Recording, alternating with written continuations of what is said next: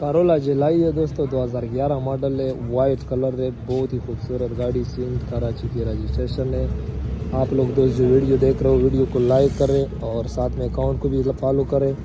ये कारोला जेलाई है और इसमें खूबसूरत स्पेशल एलाई रिम टायर लगे। टायर तो नॉर्मल है, 12 एलाई रिम खूबसूरत लगे हैं।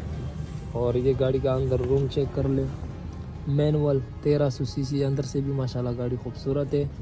और सीट बोर्ड भी सही है, थोड़ा सा मामूली डिस्टर्ब हुआ है। ये फ्रंट व्यू चेक कर ले गाड़ी की, लुक वाइज गाड़ी माशाल्लाह बिल्कुल खूबसूरत है। ये फ्रंट व्यू से गाड़ी देख लो, 2011 मॉडल है दोस्तों। और 2 पीस में टचिंग है, एक डिगी में और एक आगे वाले दरवाजे में। और थोड़ा सा रंग यहाँ पे भी है, यहाँ पे ये देखो जहाँ पे निशान है। बाकी गाड़ी टोटल जेन्युइन है, मैकेनिकली फिट है, इंजन से हर चीज़ से पूरी है। 2011 मॉडल है, 27 लाख रुपए इसकी डिमांड है, 27 लाख। बाकी जिसको समझ में आ जाए मैंने नीचे नंबर दिया है, आप लोग रब्ता कर ले, रेट में गुजारा होगा।